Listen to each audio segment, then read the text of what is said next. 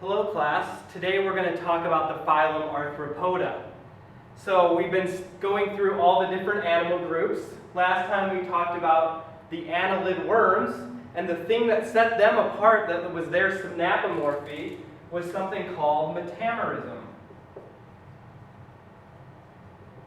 And as you remember, metamerism is actually the segmentation of the body parts. So in a worm, there's serial repeated segments, and so that segmentation is found in arthropods and everything else, including us. We have ribs that are segmented. So that was an important thing that came about on this part of the evolutionary tree. So today we're going to talk about some of the things that set arthropods apart, and we're also going to start talking about some of the arthropod groups. So there's some clues into what sets arthropods apart just in their name. So this includes stuff like spiders and lobsters and insects. So if you take the Latin root arthro, meaning jointed, and poda meaning foot, or pod meaning foot in Latin, you get one of the distinguishing characteristics of arthropods, which is jointed appendages.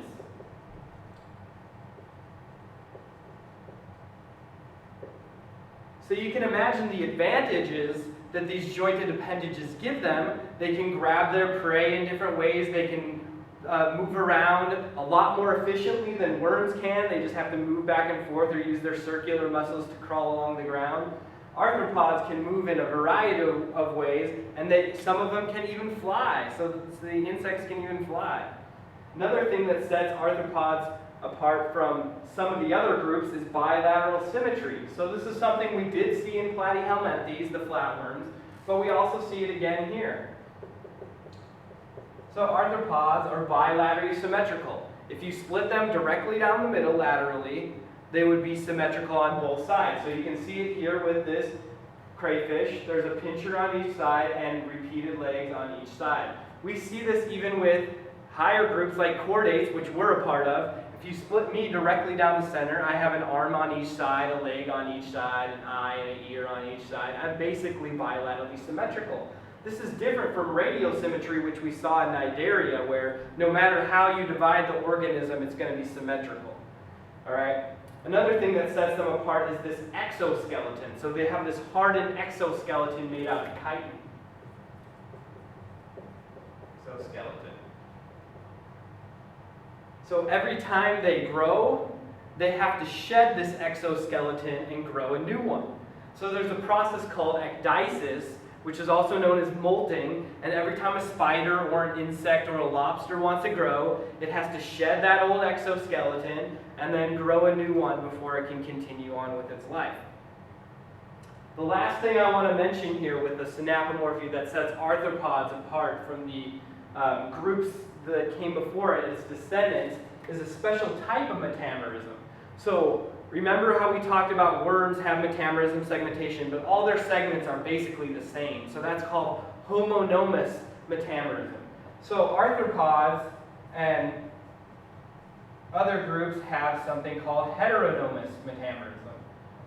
So they actually have specialized segmentation. And the function and shape of these segments depends on where it's located in the body. Arthropods have a big range of size. So I found this picture online. Here is a picture of a normal-sized human for scale. And you can see here is the largest arthropod known on Earth right now, which is the Japanese spider crab.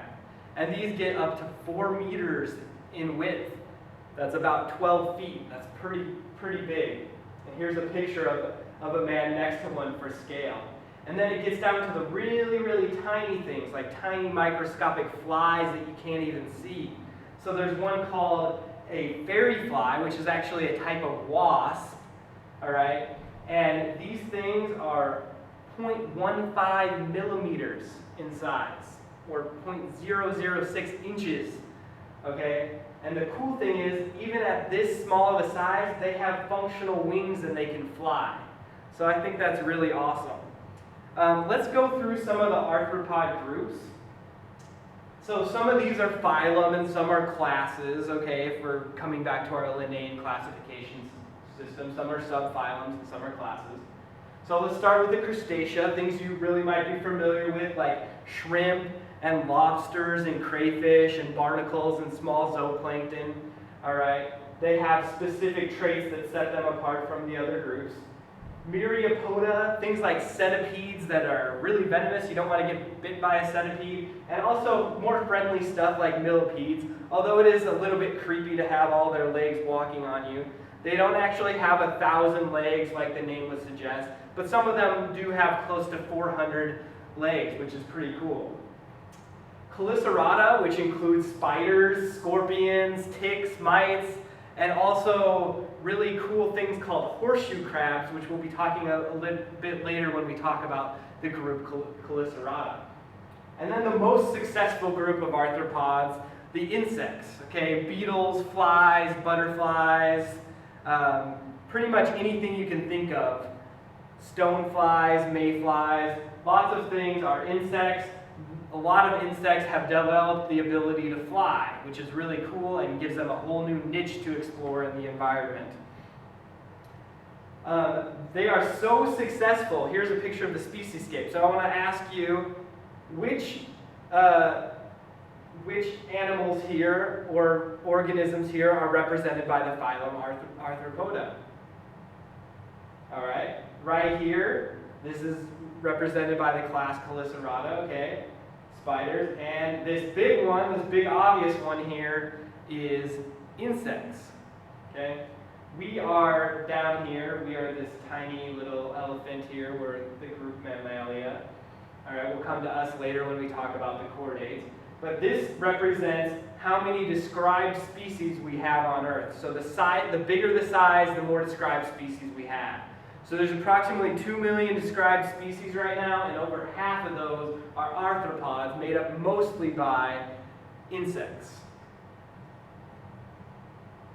We're going to go through the Linnaean classification system here. So we're going to do a little bit of a review so you guys know all the classification systems. So the domain Eukarya, which is our multicellular things, right, that differentiates from bacteria and archaea. The kingdom is Animalia, the animal kingdom, which we've been talking about all semester in here. Phylum, which we're talking about specifically today, is Arthropoda, and we're going to talk more about the class Chelicerata. The order here is Tetragmathidae, genus Tetragmatha, species Nitens. So this is the genus and species names, the binomial system, binomial nomenclature. You'll always see this in italics when you see a species and genus and species names, and the species name is always lowercase.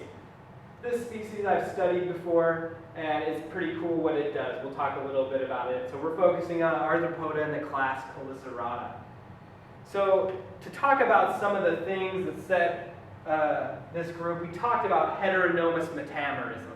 An example of this is Tegmata. These are each of the morphologically distinct sections or segments on the body plan of an arthropod. So I'm going to erase this.